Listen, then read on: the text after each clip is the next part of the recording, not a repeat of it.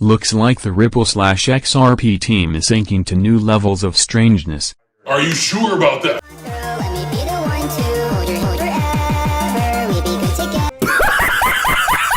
Did you get hard on because the pre-girl spoke to you? Can you fuck off? They're claiming that their shitcoin should not be called a security for public policy reasons.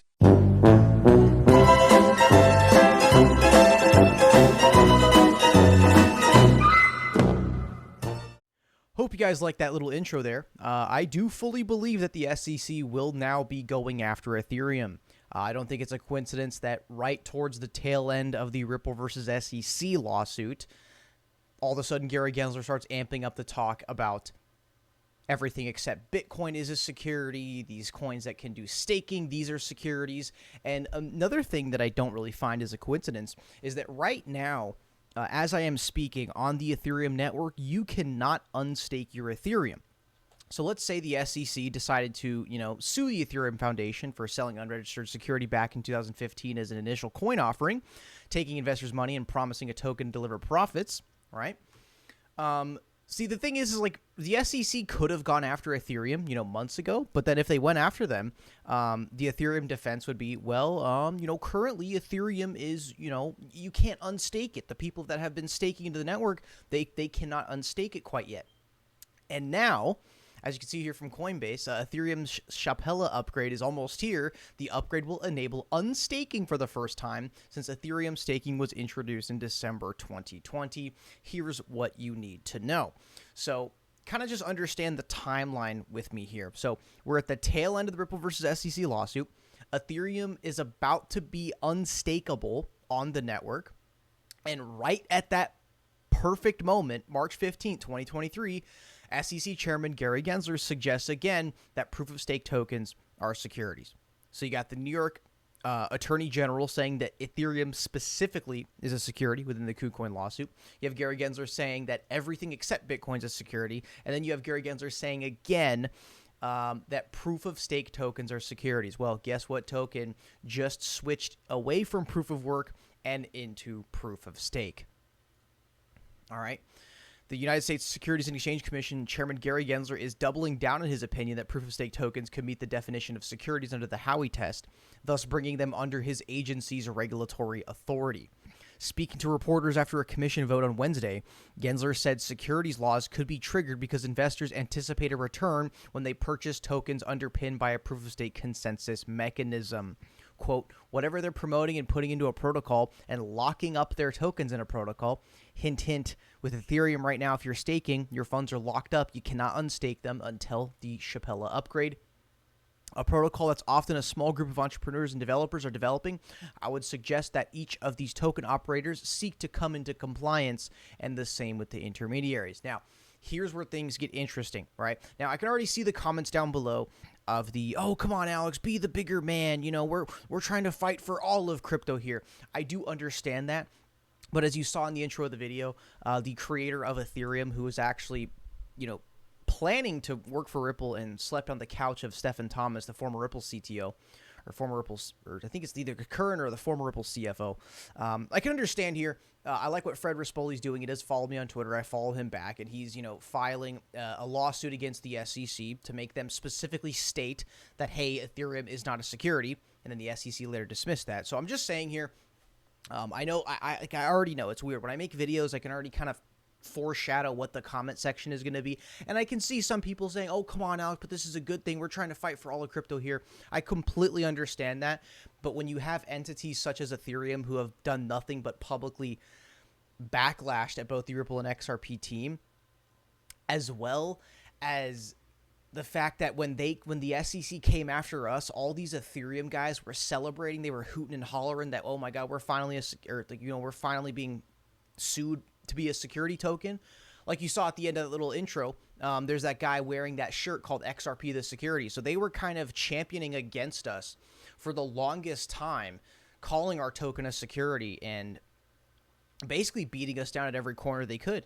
So I understand the whole argument of, okay, we got to stand and we got to unite as one crypto community and fight against the SEC. I understand that, but it's very nice seeing that it seems as though the SEC is going to be coming after Ethereum very soon here. Again, I don't want, the top crypto coins to all have lawsuits against them, but with Ethereum, it's just a little bit personal because this entity, not only like everything I just said, coming after Ripple XRP constantly, even before the lawsuit came out, constantly calling us a security and a shitcoin. But then they went ahead in 2018 and decided to bribe William Hinman at the SEC to come out and say that Ethereum was not a security. They were bribing SEC officials back then, individually, 4 of them to be specific. And then now that the whole SEC leadership and staff has all changed, now you got new blood at the SEC that don't care about what kind of bribes and payouts and retirement benefits that former SEC officials got to make a public opinion statement on Ethereum, but now I believe they are gearing up to go after Ethereum. So again, I'm not trying to diss, Fred Rispoli. I like this guy and stuff, but I'm just giving it to you as just a concrete what I'm seeing it as. So HODL Law files a case for a ruling that the SEC Gov has no jurisdiction over Ethereum. SEC tries to dismiss. Now our case is heating up. Then the New York Attorney General files a case. It seems like our lawsuit got them rattled and put some hasty government plan action early. And after Fred Rispoli, HODL Law comes after the SEC and says, hey, you guys need to retract your statement and please tell us that Ethereum is not a security. You guys do not have jurisdiction over Ethereum. Chairman Gensler goes ahead and fires a big, big shot at the Ethereum fellas. So I am just saying, I will be honest here. There is a little bit of bias on my side just for the being in the XRP community for 6 years now. And, facing all the backlash from people holding Ethereum, the leaders of Ethereum, the executives over at Consensus that have always bashed Ripple and XRP. I will say it's a little bit biased for me, where it's kind of nice to see Ethereum get a little bit of payback here. But at the end of the day, I would, in a perfect world, I'd rather just not see them get sued all in all. But I think the reality is here, after the Ripple versus SEC lawsuit is coming to the tail end, SEC is getting smacked, and then New York Attorney General calls Ethereum a security explicitly, and then now you got Fred Rispoli coming after the SEC trying to make them say that we don't have we don't have jurisdiction over Ethereum, and we need to. He's basically demanding that the SEC say that ETH is not a security, like they did in 2018 with William Hinman, and then now Gensler's all of a sudden saying this stuff, that proof of stakes tokens are securities. So it sounds very obvious. The timing is kind of very perfect in my opinion. Just as a quick little recap, Ripple versus SEC case is nearly over. Summary judgment any day now.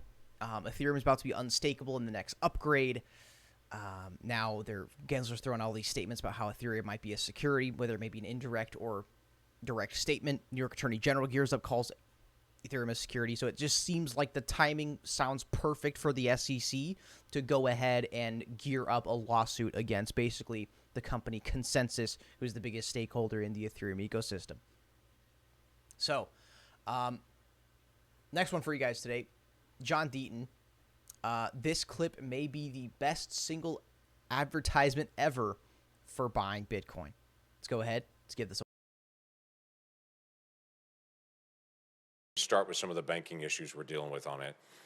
Will the deposits in every community bank in Oklahoma, regardless of their size, be fully insured now? Are they fully recovered? Every bank, every community bank in Oklahoma, regardless of the size of the deposit, will they get the same treatment that SVBP just got or Signature Bank just got?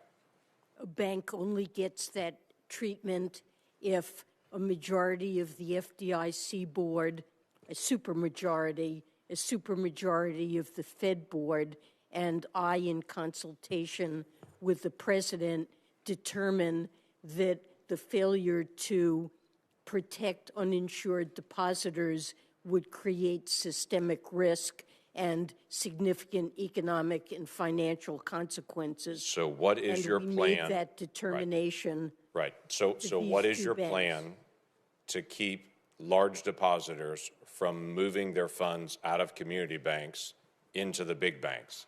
We have seen the mergers of banks over the past decade.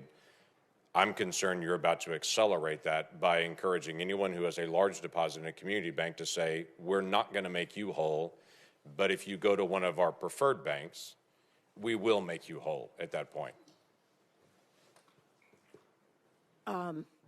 Look, I mean, that's certainly not something that we're encouraging. That is happening right now.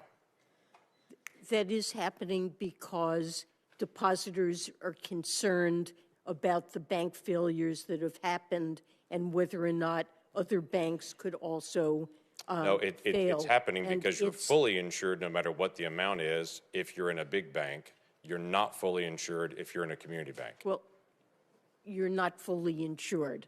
And You the big- were at Signature, and the it just barely met that threshold. You were at Signature. Well, we felt that there was a serious risk of contagion that could have brought down and triggered runs on many banks. And that's something, given that our judgment is that the banking system overall is safe and sound, depositors should have confidence in the system, and we took these actions. So there's a to special discourage assessment that's been done contagion. on community banks in my state and all banks across the country. Was there any discussion that that special assessment would only apply to the larger banks, or was it always assumed the special assessment would cover every bank, including rural banks in my state? I think, I'm not certain what the rules are around that. That's for the FDIC to determine. It has been reported publicly that SVB had a large number of Chinese investors that are there, including some that were companies directly connected to the Chinese Communist Party.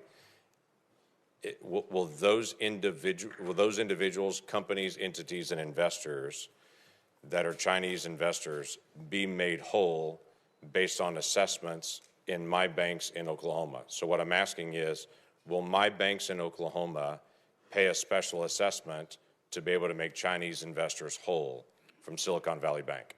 Uninsured investors will be made whole in that bank, and I suppose that could include foreign depositors, but I don't believe there's any legal basis to discriminate among uninsured. I get it, but I'm just saying my community banks are going to pay this additional fee. It is always fascinating to me as well, the conversation that taxpayers are being made whole in this, that taxpayers are not going to have any kind of consequence on this. I'm sure my bankers are going to be very excited to know they no longer pay taxes.